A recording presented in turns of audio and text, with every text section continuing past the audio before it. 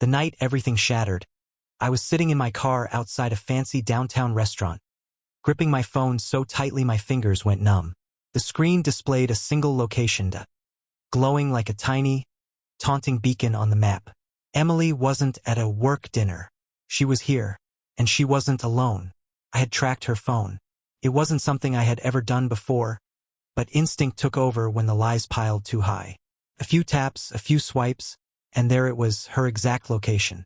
Not at some stuffy corporate dinner, but at La Brisa, one of those dimly lit, exclusive restaurants where celebrities and the city's elite gathered.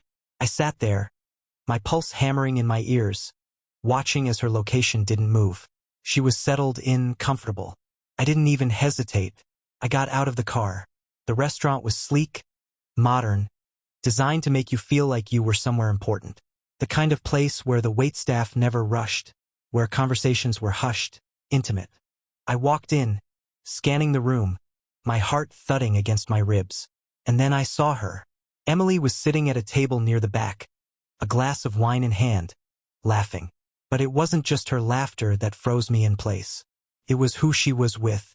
Across from her sat Nathan Cole. Yes, that Nathan Cole. The Oscar-winning, impossibly handsome actor. The man whose face was on billboards, in magazines, on every woman's hall pass list. And right now, he was sitting across from my wife, leaning in close, whispering something in her ear that made her giggle like a schoolgirl. My stomach turned to ice. I moved before I could think, weaving through tables, ignoring the curious glances from diners who probably recognized him but not me. When I reached them, Emily was mid-sip of her wine.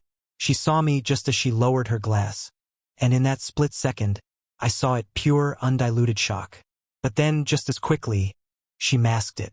A slow, lazy smile spread across her lips, like I was the unexpected guest at a party she hadn't planned to invite.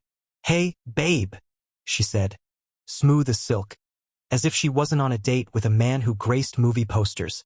I didn't sit, didn't move, just stared at her, then at him. Nathan fucking Cole. He raised an eyebrow, clearly amused. "Can we talk?" I said, my voice too steady for the storm inside me. Emily sighed, setting down her glass like I was exhausting her, like I was the problem here. Right now, kind of in the middle of something. I blinked. Did she just? Nathan smirked, leaning back in his chair. "Hey man," he said, like we were old friends, like he wasn't actively taking my wife on a date. I ignored him, focused only on her. "Emily, outside, now." She rolled her eyes, but finally, she stood. She didn't even have the decency to look guilty, just exasperated, like I had interrupted some crucial moment in her romantic evening with another man. I led her outside, the air crisp, sharp against my heated skin. The second we were alone, I turned to her.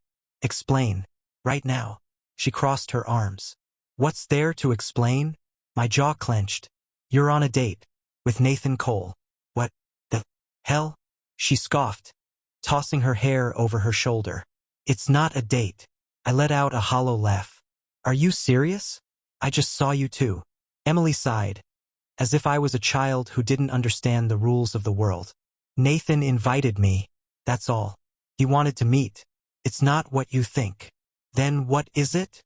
She hesitated. A flicker of hesitation. The first real crack in her performance. And then her phone rang. She glanced at the screen, and for the first time she looked nervous. I reached out, snatching the phone before she could react. The name flashing on the screen? Nathan Cole. I looked up at her. "Explain that." Her face went pale. "Give me my phone, Daniel." But I didn't. I answered. "Emily?" Nathan's voice came through, smooth as ever. "Did you ditch me already?" I turned the phone so she could hear it. She inhaled sharply. Caught. Completely caught. And yet, instead of apologizing, instead of breaking down or begging, she did something that made my blood go cold. She smirked. And then she said the words that shattered everything. "Daniel, we need to talk.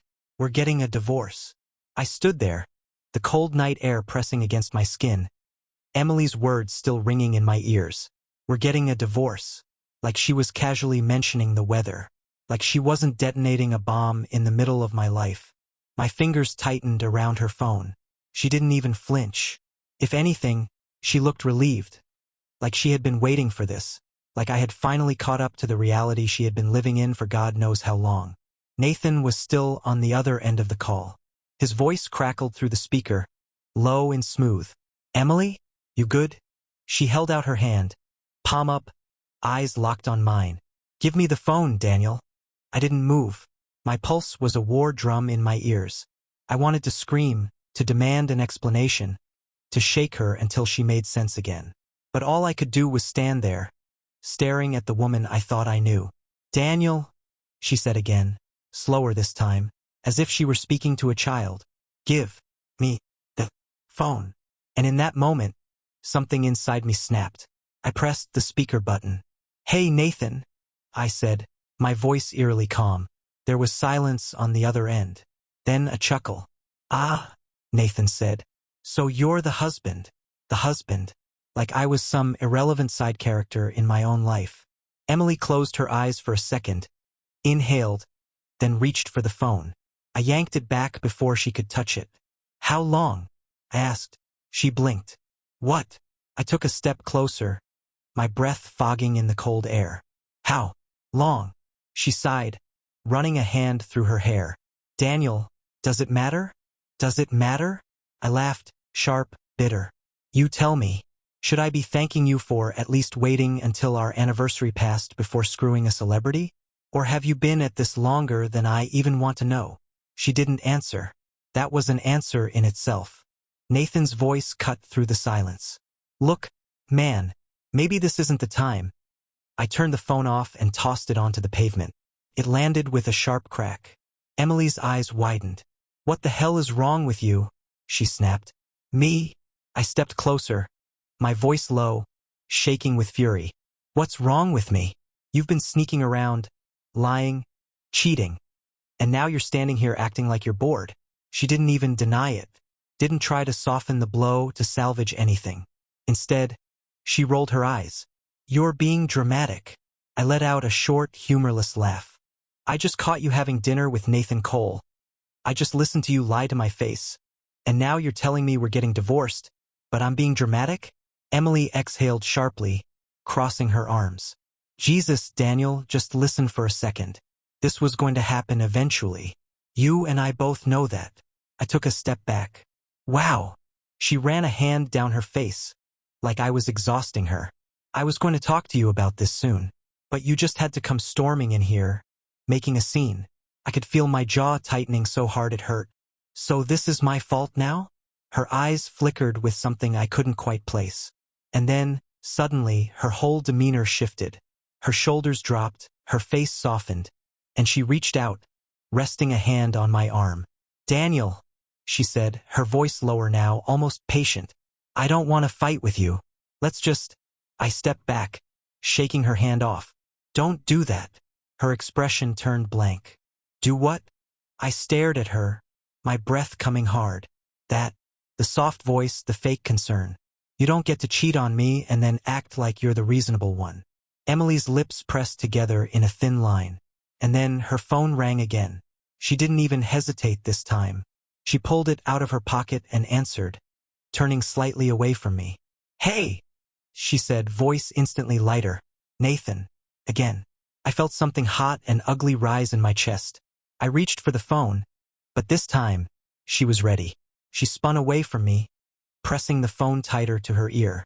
"No, he's fine," she said into the receiver, her tone casual, dismissive, like I was a child throwing a tantrum. "He just needs a minute to cool down." I grabbed her wrist. Not hard, not to hurt her, just to make her look at me. She did. And for the first time I saw it. Not guilt, not regret, not even shame. Relief. She wanted this. She wanted out. And suddenly, I realized I had been fighting for something that no longer existed. Maybe it never had. I let go. Emily studied my face for a second, then gave me a small nod, almost like approval.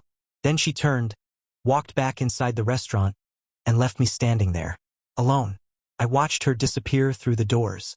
I should have followed her, should have demanded more, should have said something, anything, but I didn't.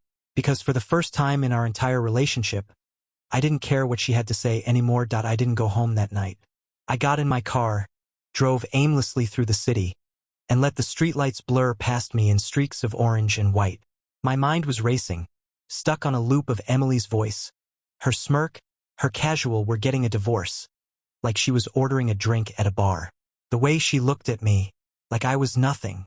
Somewhere between the 10th and 20th red light, my phone buzzed. I glanced at the screen. Ryan, my best friend since college. I hadn't told him anything yet, but somehow the universe must have given him a heads up because the second I answered, his voice was sharp. "Where are you?" I exhaled through my nose. "Driving. At this time." A pause. Then, something happened. I didn't answer. Ryan cursed under his breath. "Daniel, talk to me." I gripped the wheel tighter. "Emily and I are done." Silence. And then, what did she do? I swallowed, staring at the empty road ahead. "Nathan Cole." Another pause. And then Ryan laughed. Not because it was funny.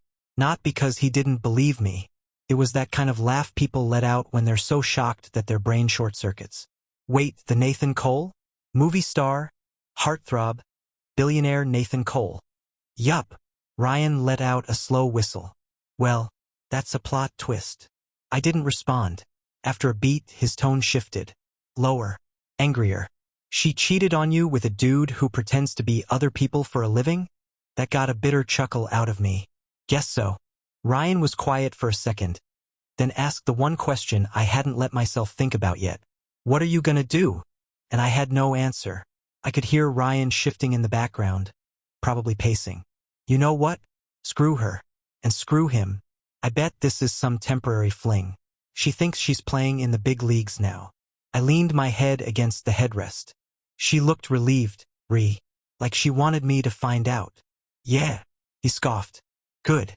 Makes it easier for you to leave her ass." I didn't say anything. Ryan sighed. "Listen, man. Whatever you do next, don't go home. You know she's gonna come back acting like she's the rational one. Like she's in control. Don't give her that power." He was right. And yet, something inside me needed closure. Needed to see how deep this betrayal went.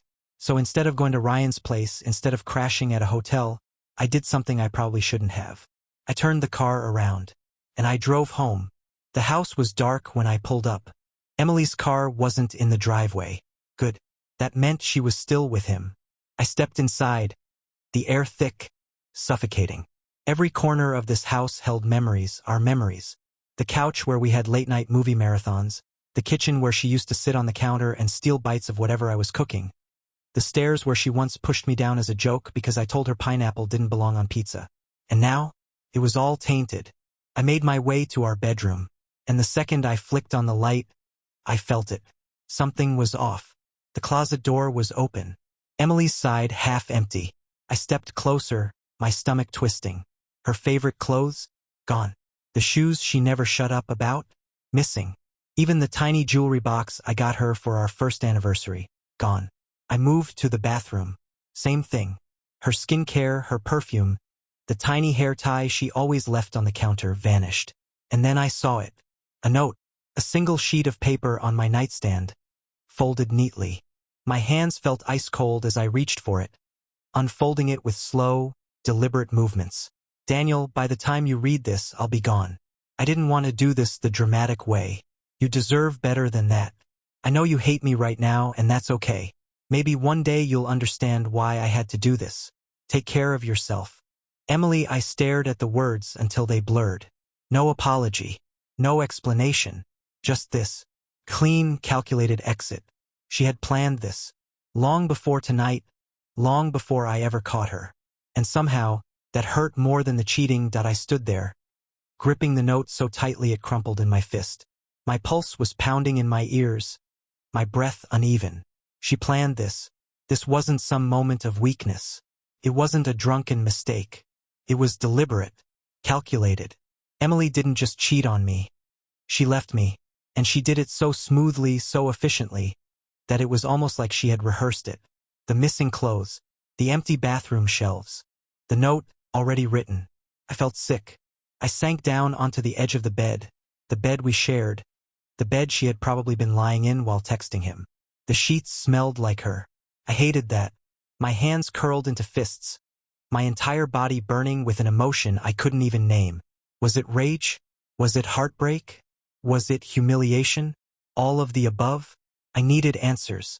I grabbed my phone, scrolled through my contacts, and hesitated over Emily's name. What was I going to do? Call her? Beg her to come back? No, screw that. Instead, I opened our security camera app. We had cameras all over the house, outside, in the living room, even one in the hallway leading to our bedroom. Emily had always complained about them, said they were too much.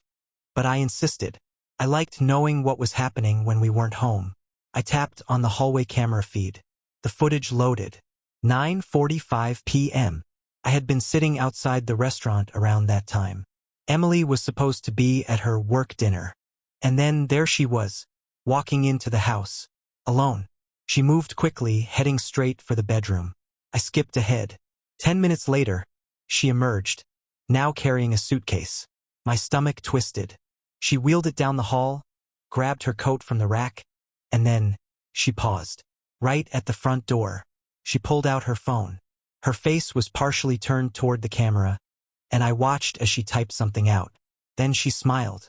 Actually smiled. Like this was exciting for her. Like she was on her way to a vacation, not walking out on our marriage. Then she left. I sat there, staring at the frozen frame of her happy, carefree face. And something inside me snapped. I jumped to my feet, breathing hard, pacing like a caged animal. I wanted to break something. I wanted to shatter something. How could she do this? How could she leave me like this? And then my phone buzzed. A text. From Emily. I froze. My fingers felt numb as I unlocked the screen and opened the message. Emily, I just wanted to say I hope you don't do anything impulsive. This is hard enough as it is. I laughed. Actually laughed. Impulsive? She just blew up our entire life. And she was worried about me being impulsive? I clenched my jaw so hard it hurt, my thumbs hovering over the keyboard. I could say so many things. I could call her out, demand an explanation, rip her apart with words. But then another text. Also, I'll be by tomorrow for the rest of my stuff. Please don't make this more difficult than it needs to be. Difficult? Difficult for who? I stared at the message. And in that moment I made a decision. She wanted a clean exit? A painless transition? A drama-free divorce? Not a chance in hell. Tomorrow, when she came back for the rest of her stuff, I'd be waiting. And I wasn't planning to make anything easy for her. I didn't sleep. Not even for a second. I sat in the living room all night, lights off, staring at nothing. My mind replaying every conversation, every moment, every red flag I had ignored.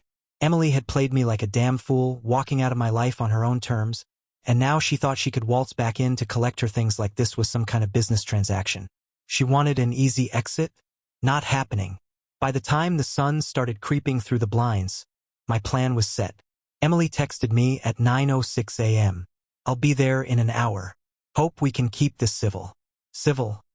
I cracked my knuckles. I spent the next 50 minutes going through everything she left behind. Not just her clothes and shoes, but her life. The things she assumed she could pick up neatly, as if she wasn't torching our marriage to the ground. By the time 10 o'clock rolled around, I had her bags packed and waiting for her. Outside, on the curb. At exactly 10:07, a black car pulled up in the driveway. Not her car. Private chauffeur. Of course. The door opened, and there she was. Sunglasses, expensive trench coat. Her hair perfectly styled like she wasn't walking into the ruins of our relationship, but onto a damn movie set. Her eyes landed on the suitcases waiting for her on the curb. Then on me, standing in the doorway, arms crossed. She sighed. Really? I gestured at the bags. Thought I'd save you some time. She took a step forward, removing her sunglasses. Her expression was unreadable. I said I'd pack my own stuff. I shrugged. I thought I'd be helpful. Her lips pressed together. You're pissed. I laughed. Actually laughed. Pissed? No. Pissed was last night. Now, I'm just done. She glanced at the house behind me, like she was expecting something. Maybe Nathan Cole himself, waiting in the living room so we could sign divorce papers over champagne. Then she met my eyes again. Can we talk? Talk. I tilted my head. You mean like a dramatic confrontation? The kind you wanted to avoid? She inhaled deeply, like she was forcing patience. I meant a conversation between two adults. I stepped outside, letting the door click shut behind me. Oh, now we're adults? Where was this maturity when you were sneaking around with a guy whose face is on billboards? She winced. Just a flicker, but I saw it. Good. She shifted her weight. Daniel. No. You don't get to Daniel me. You don't get to act like you care about keeping this civil when you've been lying for who knows how long. She sighed again. I didn't want it to happen this way, as if there was a better way to destroy a marriage. I exhaled sharply, running a hand through my hair. Just tell me one thing, Emily. How long? She hesitated, and that second of silence told me everything. I clenched my jaw. Jesus Christ. How long? She glanced toward the driver, like she wanted to escape this conversation. But then she squared her shoulders. 6 months. I felt my stomach drop. I had expected weeks, maybe 2 months, max. But 6 months of secrets, 6 months of lies, 6 months of me kissing her goodbye in the morning while she was screwing someone else. I let out a sharp breath, my hands on my hips. Wow, Daniel. 6 months, Emily? While we were... I stopped myself before I could say something that would make me lose my mind completely. You really had this all planned out, huh? She rubbed her forehead. You wrote a note. My voice was cold now. You already had it written. You left it on my nightstand like it was a damn courtesy. She didn't deny it. I took a step forward, lowering my voice. Tell me something. Were you just waiting for me to figure it out? Did you get off on seeing how long you could play me? Her expression flickered, and for a second, just a second, I saw something other than cold indifference. Guilt. She looked away. It wasn't like that. I let out a bitter chuckle. Then what was it like? Emily? Explain it to me. Tell me why my wife was having dinner with a goddamn movie star while I was sitting at home like a clueless idiot. Her eyes snapped back to mine. Because I was miserable. The words hit me like a slap. My chest tightened, my hands curling into fists at my sides. She stepped closer, voice lower now. I wasn't happy, Daniel. And neither were you. I stared at her. Don't you dare tell me what I was. She exhaled slowly. I didn't want to hurt you. I really didn't. I gave her a humorless smile. Yeah? You could have fooled me. Silence stretched between us. The wind picked up, rustling the trees, making the whole scene feel like the opening act of some dramatic breakup movie. Then Emily's phone buzzed. She pulled it out of her pocket. I didn't even have to see the screen to know who it was. She glanced at the notification, then back at me, something unreadable in her eyes. She was choosing him, and she wasn't even hesitating. I took a slow step back. You should go. She swallowed hard. Daniel, just go. She hesitated, but only for a second. Then she slipped her sunglasses back on, turned, and walked to the car. The driver got out, loaded her bags into the trunk. She didn't even look back. And just like that, she was gone. I stood there for a long time, watching the empty street, feeling the weight of everything settle in my chest. Then I turned, walked inside, and slammed the door behind me. And for the first time since this all started, I let the anger go. I let myself feel it. The silence in the house was unbearable. It wasn't just quiet, it was empty. A void where my life used to be. Every sound echoed too loudly. Every creak in the floorboards reminding me that Emily was gone. For 6 months, she had been lying to me, living a double life right under my nose. And the worst part? She wasn't even sorry. There were no tears, no desperate apologies, no pathetic justifications about how it was a mistake, or it didn't mean anything. Because it did mean something. She wanted this, planned it, and now she was with him. I walked into the kitchen, yanked open the cabinet, and grabbed the first bottle of whiskey I saw. I didn't bother with a glass, just twisted off the cap and took a long, burning sip. I needed to get out of this house. I grabbed my jacket and keys and was out the door before I could talk myself out of it. I didn't have a destination, I just drove. The city blurred past me, streetlights and billboards flashing like a fever dream. And then, almost without thinking, I found myself pulling into Ryan's driveway. I didn't even have to knock.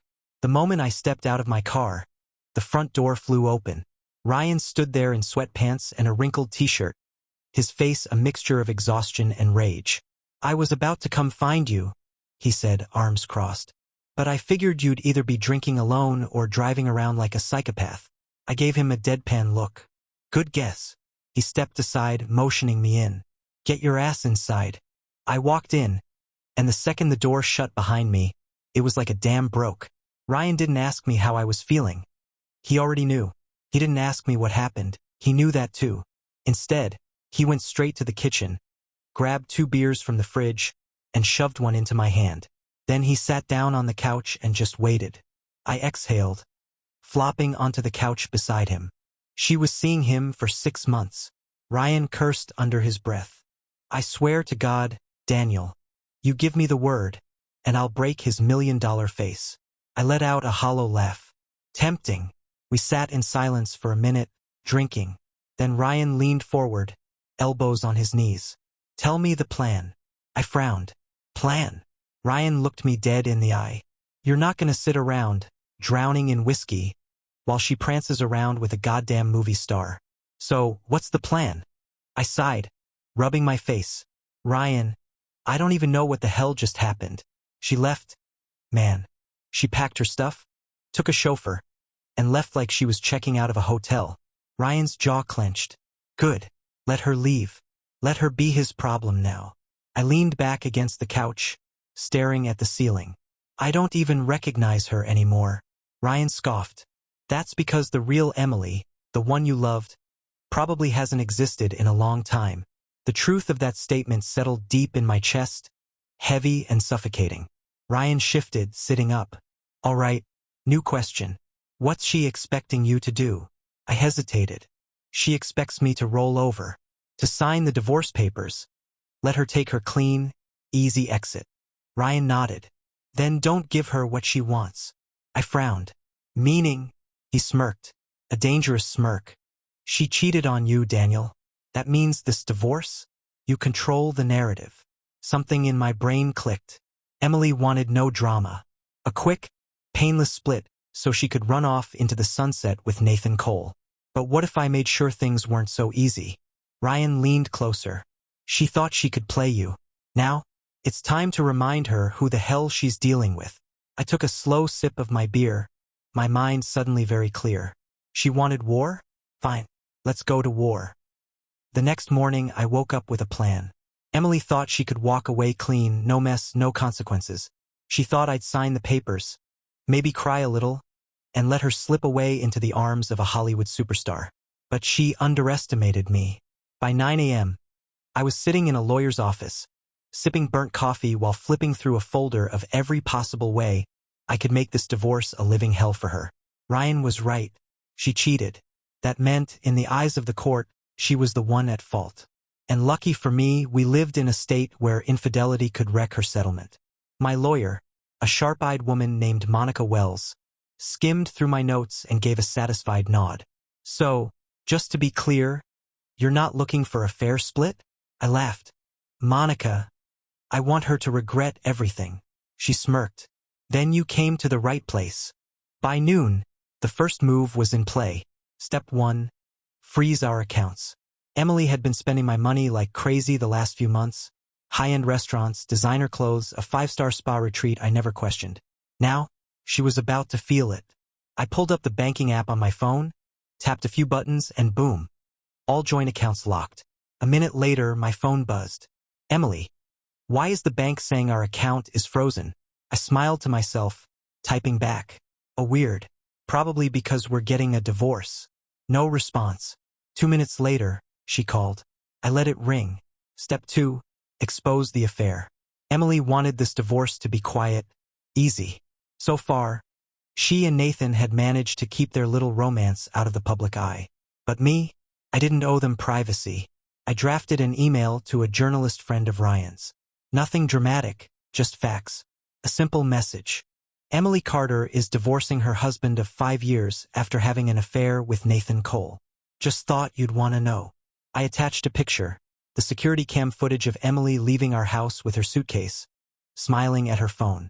Sent. Step 3. Take back what's mine. Emily had left in a hurry, but she had keys to the house. I wasn't about to let her stroll back in like she still owned the place. By 3 p.m., a locksmith was changing every single lock. By 3:30, a moving company had boxed up the rest of her things and had them delivered straight to her new address, Nathan's penthouse. Petty? Maybe, but it felt damn good. At exactly 5:42 p.m., my phone rang again. Emily. This time I answered. Her voice was sharp, furious. What the hell is wrong with you? I leaned back in my chair, sipping a whiskey. Gonna have to be more specific. She inhaled, shaky. You froze the accounts. Yup. You changed the locks. Correct. Her breath hitched. And you? She stopped herself. But I knew what she was about to say, and you leaked it to the press. I didn't confirm or deny, just waited. Silence stretched between us. Then finally she snapped. You're being a child, Daniel. I grinned. No. I'm being a cheated-on husband who's finally playing the game the way it was meant to be played. Emily let out a humorless laugh. You think this hurts me? I shrugged. I think it inconveniences you, and right now that's enough for me. More silence. Then, her voice lowered. You should be careful, Daniel. I paused. Is that a threat? No, her voice was too calm now, too controlled. I'm just saying, you don't know who you're messing with. Nathan. That's what she meant. She wasn't just Emily anymore. She was Emily, the woman Nathan Cole was protecting. I leaned forward, my grip tightening on the phone. Funny, Em. I was just thinking the same thing about you. I hung up. Let the war begin. The article dropped 3 hours later.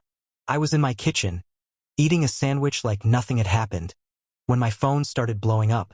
Calls, texts, notifications from social media, all at once, like a goddamn earthquake. I grabbed my phone, unlocked it, and there it was. Exclusive. Hollywood star Nathan Cole caught in a secret affair with married woman. I tapped the link. The article was short, but brutal. Sources confirmed that Nathan Cole has been secretly seeing Emily Carter, a married woman, for at least 6 months. Her husband, Daniel Carter, discovered the affair only days ago. She had been lying to him for months, says a source close to the situation. The moment she got caught, she walked out and left him like he was nothing. While Cole has remained silent, insiders claim that Emily has already moved in with him. This shocking revelation raises questions about Cole's personal life and the image he's maintained for years. Will his fans stand by him? Or is this the beginning of a PR nightmare? I exhaled, satisfied. And then my phone rang. Emily. I smiled and answered. You're calling a lot these days. Her voice was shaking. What did you do?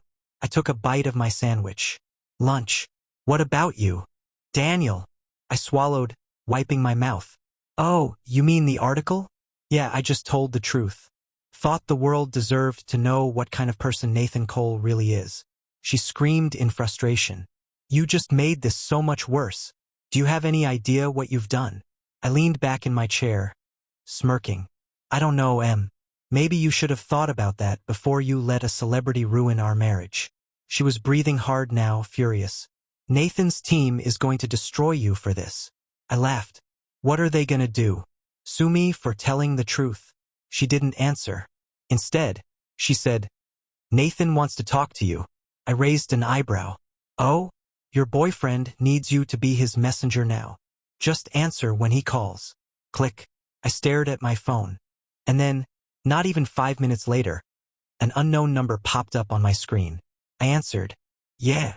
A deep voice came through the line, smooth and controlled. Nathan Cole. Daniel. He said my name like we were old friends, like he hadn't just destroyed my marriage. Nathan, I replied just as casually. Enjoying the headlines? A pause. Then a low chuckle. I have to admit, he said. I didn't expect you to go this far. Thought you'd just take the L and move on. I grinned.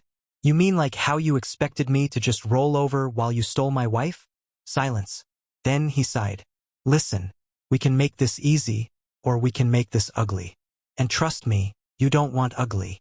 I leaned forward, resting my elbows on the table. See, that's where you and Emily keep screwing up. You think you're the ones calling the shots. Nathan exhaled slowly. You don't know what you're getting yourself into. I laughed. Oh, buddy, you don't know what you've gotten yourself into. For the first time, his tone changed. Sharper now. Annoyed. What do you want? Bingo. I smirked. Oh, I don't want anything. But I bet your PR team does. He went silent. I continued. You know, Hollywood loves a good redemption story. But a homewrecker? That's a hard one to bounce back from. Your next big movie. How's that looking right now? Still feel good about the box office numbers. His voice was tight. What do you want? I grinned. Gotcha. You're going to pay for the divorce, I said simply. Emily gets nothing from me. You're the one who wanted her so bad? Then you take care of her. Nathan was silent. Then he laughed. Low. Dangerous. You're smarter than I thought. I smirked. You're dumber than I thought. Another beat of silence. Then his voice dropped lower. All right, Daniel. You win this round. And then he hung up. I set my phone down, exhaling slowly. Ryan was right. I control the narrative now. The next morning, I woke up to chaos. Nathan Cole was everywhere. News outlets, gossip blogs, Twitter, Instagram. His name was trending at #1. His fans were losing their minds. Some were defending him, but most, they were furious. I scrolled through the headlines while sipping my coffee. Nathan Cole's image in freefall as a fair scandal blows up, Hollywood's golden boy exposed. Nathan Cole's secret relationship with married woman. Fans turn on Nathan Cole. Homewrecker trends on Twitter, beautiful. The comments were even better. At MovieFan99. I can't believe Nathan Cole did this. I thought he was one of the good guys. At Samantha J. Cheating is bad enough, but 6 months? Dude, at least pick someone single. At ColeLover88. Unfollowing. Disgusting. I grinned. And then I saw the best one. Nathan's movie studio had just released a statement. Due to recent allegations, we are postponing the promotional tour for Nathan Cole's upcoming film. We do not condone or support behavior that disrespects the sanctity of marriage. His movie was delayed. I laughed. Out loud. Nathan had called me last night, thinking he could intimidate me. Now, his entire career was on fire. And Emily? Radio silence. Not a single text. No calls. Nothing. I knew exactly what that meant. She was panicking. At noon, my phone rang. Unknown number. I answered, already knowing who it was. Daniel, came Nathan's voice. Tense. Controlled. We need to talk. I took a slow sip of coffee. We already did. A beat of silence. Then, fix this. I laughed. Fix this? Are you out of your mind? Nathan exhaled sharply. Listen to me. I can end this for you. I leaned back in my chair. Oh? You can end this for me? You think this is bad for me? He snapped. This is nothing. I'll bounce back. You're the one who's going to be buried in legal fees when this drags out. I have the best lawyers in the industry. I have connections. You can't win. I smirked. I already won. Silence. Then the desperation slipped through. What do you want? I let the question hang in the air. Let him sweat. Then I answered. I want you to be the one who files. Nathan went completely silent. I continued. You and Emily? You're going to make a public statement. You'll say you're in love, that it was a whirlwind romance, that you couldn't help yourselves. And then you will file for divorce on Emily's behalf. Not me. His voice darkened. You want me to take the fall. I grinned. Exactly. He inhaled sharply. You really are a bastard. And you really should have picked someone else's wife. Another long pause. Then, fine. Click. I set my phone down, feeling something I hadn't felt in days. Relief. Emily and Nathan thought they could play me, that they could leave me humiliated, broken, forgotten. Instead, Nathan Cole was about to become Hollywood's biggest homewrecker. And Emily? She was his problem now. 2 days later, the statement dropped. Nathan Cole, Hollywood's golden boy, Academy Award winner, beloved by millions, had just publicly admitted to an affair with my wife. It was everywhere. Nathan Cole confirms relationship with Emily Carter, files for divorce on her behalf. Sometimes love happens in unexpected ways. Cole says in his statement, Emily and I never intended to hurt anyone. But when you find something real, you have to fight for it. We've made mistakes, and I take full responsibility for the pain this has caused. Full responsibility. I sat back, whiskey in hand, watching the news unfold. Ryan burst into my apartment, phone in hand, grinning like a psychopath. Dude, he slammed the door shut. Have you seen the internet? I smirked. You mean the part where Nathan Cole just torched his career to protect my cheating wife? Ryan sat down, shaking his head. This is legendary. Legendary. Bro, his fans are going insane. He's getting ripped apart. Sponsors are dropping. The studio's reconsidering his contract. I let out a low chuckle. Yeah. Ryan shoved his phone in my face, showing a tweet from Nathan's own fans. At Cole Nation. I can't believe I spent years defending this man just for him to cheat with some random married woman. I'm done. Another headline popped up. Nathan Cole's fall from grace. Hollywood's prince becomes its biggest villain. Perfect. But the best part? Emily was silent. No statements. No interviews. No damage control. Because for the first time in her life, she wasn't in control. And then my phone buzzed. I looked down. Emily. I exhaled. Smirked. Answered. Her voice was tired. Small. Daniel. I took a slow sip of whiskey. Emily. A long pause. Then, you ruined my life. I smiled. No, sweetheart. You did that all by yourself. Silence. Then, for the first time since this all started, she broke. I don't even know who you are anymore. I chuckled. Funny. I was thinking the same thing about you. Another pause. I could hear her breathing, shaky, uneven. Then, finally, goodbye, Daniel. And just like that, she was gone. For real this time. I sat back, staring at the ceiling. Then Ryan clinked his beer against my glass. To new beginnings. I smirked. To never being played again. And as I took another sip, feeling lighter than I had in years, I knew one thing for sure. Emily and Nathan deserved each other. And me? I was finally free.